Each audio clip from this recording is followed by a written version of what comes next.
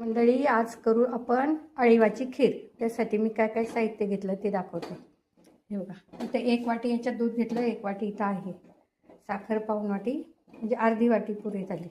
हे अळीव 2 तासापूर्वी भिजत घातले होते. हे थोडेसे ड्रायफ्रूट आणि हे तूप. तर आता हे भिजत घातलेले अळीव आपण धुवून स्वच्छ गाळून घेऊ.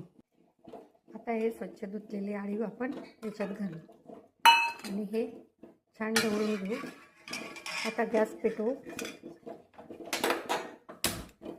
ढवळले म्हणजे मग ते त्याचे गोळे होत नाहीत, नाही का, छोट्या छोट्या गोळ्या होतात ना, ते होत नाही. तर आता याच्यात ही अळीव आपण थोड्याने उकळी होतो. आता ह्या दूध गरम झाले, त्याच्यात घालू आपण अर्धी वाटी साखर. आणि सारखं मधून मधून ढवळत राहायचं. अळीव शिजायला फारसा वेळ लागत नाही. 1-2 उकळीमध्ये हे शिजून जातं. हे बघा, याला आता छान उकळी फुटलेली आहे. तर याच्यात आपण घालणार आहोत ड्रायफ्रूट्स. तर ह्या ड्रायफ्रूट्समध्ये मी थोडेसे केशर, काजू, बदाम, मनुके, चारोळी हे घेतलेलं आहे. तर हे याच्यात मी हे मनुके शेवटी टाकायचे. आता याच्यात मी जायफळ, इलायचीची पूड टाकते. या अळीवामध्ये ना खूप कॅल्शियम, लोह, फायबर आणि हिमोग्लोबिन वाढण्यासाठी पण याचं खूप मदत होते. पूर्वी बायका बाळंतीण झाल्या की तिला ही खीर आवर्जून दिली जायची.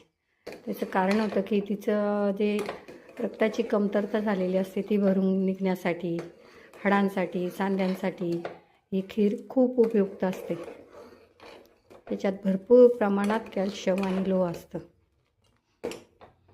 तर हे बघा, घरीच केलेले हे तूप आहे. तर मी एवढा चमचाभर याच्यात तूप घालते.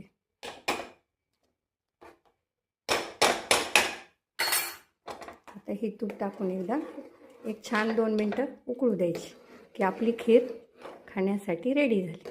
आणि उतरताना याच्यात मनुके टाकायचे आणि चिमूटभर मीठ टाकायचं.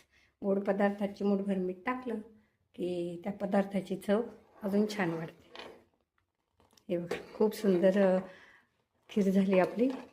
फार पातळ पण नाही, फार घट्ट पण नाही अशी करायची. ती थंड झाल्यावर थोडीशी दाटसर होते.